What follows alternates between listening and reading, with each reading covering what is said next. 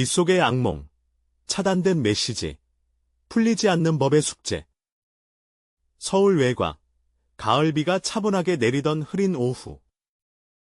6살 피해 아동은 거실 한복판에 앉아 작은 손으로 또박또박 숙제를 하고 있었습니다. 아이의 세상은 크레파스처럼 알록달록 평온했죠. 바로 그 옆 식탁 위, 휴대전화는 고요히 잠들어 있었습니다. 아이는 알지 못했죠. 멀리 떨어진 어둠 속에서 한 남자의 손가락이 악몽의 시작을 알리는 버튼을 누르고 있었다는 것을요. 남자는 차가운 액정 위로 메시지를 타이핑했습니다. 집에 와. 그리고 그 글자 옆에 섬뜩하게도 자신의 몸을 찍은 사진 한 장을 덧붙였습니다. 찰나의 망설임도 없이 전송 버튼을 누르는 순간 지독한 메시지는 빛의 속도로 아이의 휴대전화로 흘러들었습니다. 짧은 침묵이 흘렀을까요? 얼마 지나지 않아 다시 악마의 알림음이 울렸습니다. 내꺼 빨아. 비도 오잖아. 뒤이어 도착한 두 번째 사진은 말할 수 없는 역겨움 그 자체였습니다. 그러나 기적처럼 아이의 휴대폰 화면은 끝내 열리지 않았습니다. 하늘이 도운 것일까요? 아니, 아이의 엄마가 피눈물을 삼키며 미리 그 남자의 번호를 차단해 두었던 덕분입니다. 잔인한 메시지는 아이의 기기 안으로 들어오긴 했지만 싸늘한 차단 목록 뒤편에 갇혀 영원히 읽히지 못한 채 썩어가고 있었습니다. 그날 천진난만한 아이는 아무것도 모른 채 창밖의 빗소리처럼 조용히 숙제를 마저 이어갔습니다. 어머니의 떨리는 용기, 법정의 첫 판결.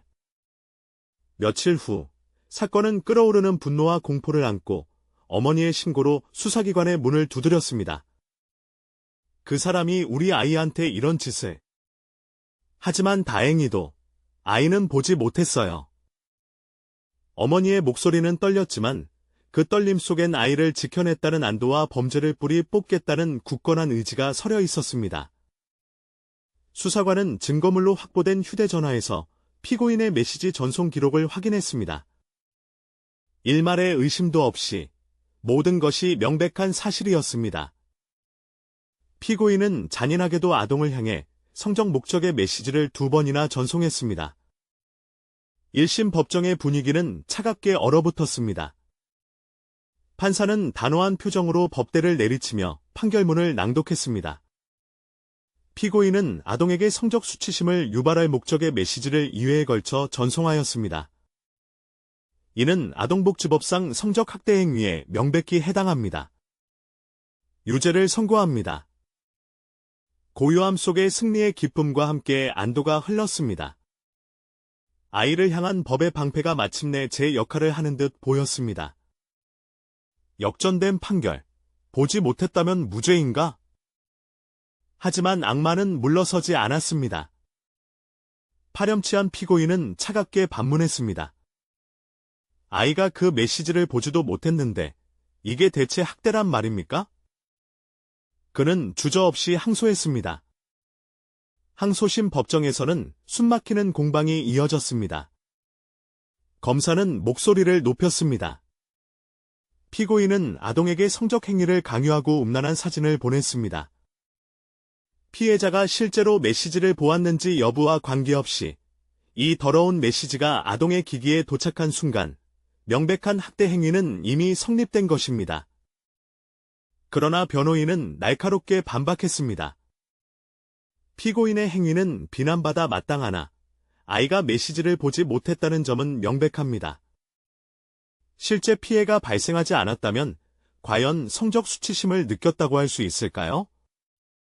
피해가 없는 범죄를 어떻게 성립시킬 수 있습니까? 고민에 잠긴 판사는 깊은 침묵 끝에 고개를 들었습니다. 그리고 믿을 수 없는 판결을 내렸습니다. 아이가 메시지를 인식하지 못한 이상 단순히 음란한 메시지가 기기에 도착했다는 사실만으로는 성적 학대 행위가 성립된다고 보기 어렵습니다.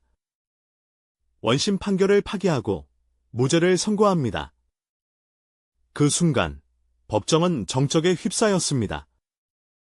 피고인은 조용히 안도의 한숨을 내쉬었고 엄마의 어깨는 산산이 부서지듯 축 늘어졌습니다.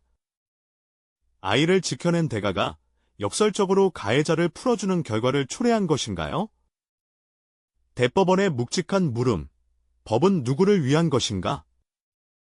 사건은 이대로 끝나지 않았습니다. 정의가 물러설 수는 없었습니다. 마침내 대법원의 문을 두드렸고 대법관들은 침묵 속에서 기록 철을 넘기며 숙고했습니다. 아동 성적 학대의 범위는 어디까지인가? 피해자가 직접 그 내용을 보지 않아도 과연 성적 학대가 성립될 수 있는가? 대법원은 아동복지법의 숭고한 취지를 다시금 되새겼습니다. 모든 아동을 보호하고 그들이 정상적인 발달을 이룰 수 있도록 하며 아직 성적 가치관이 형성되지 않은 여린 시기에 아이들을 철저히 지켜내기 위함. 이 모든 법의 정신 앞에서 과연 항소심의 판결이 정당한 것이었을까요? 그러나 여전히 해결되지 않는 딜레마가 남습니다. 인식의 필요성이라는 무거운 질문입니다. 아이가 메시지를 모른다면 과연 그 아이는 보호받은 것인가? 아니면 보호자의 선행적 차단이 오히려 가해자에게 처벌을 덜어주는 모순적인 결과를 만든 것은 아닌가? 이 물음은 아직 명확한 결론에 도달하지 못한 채 법과 사회 모두에게 차갑게 식지 않는 숙제로 남아 있습니다. 빗속 메시지가 남긴 끝나지 않는 울림. 비 내리던 오후에 전송된 두 통의 섬뜩한 메시지는 단순히 한 아이와 한 가해자 사이의 사적인 문제를 넘어섰습니다. 그것은 법정을 뒤흔들었고 우리 사회의 아동 보호 경계를 날카롭게 시험대에 올렸습니다. 아이가 직접 읽지 못했다는 사실이 과연 파렴치한 가해자를 구제하는 논리로 작용할 수 있을까요? 아니, 오히려 보호자가 아이를 더 완벽하게 지켜냈을수록 역설적으로 법은 가해자에게 더 관대해지는 것은 아닌가요? 이 사건은 아직 끝나지 않은 이야기입니다. 법정의 길고 긴 공방은 우리에게 여전히 묵직하게 묻고 있습니다.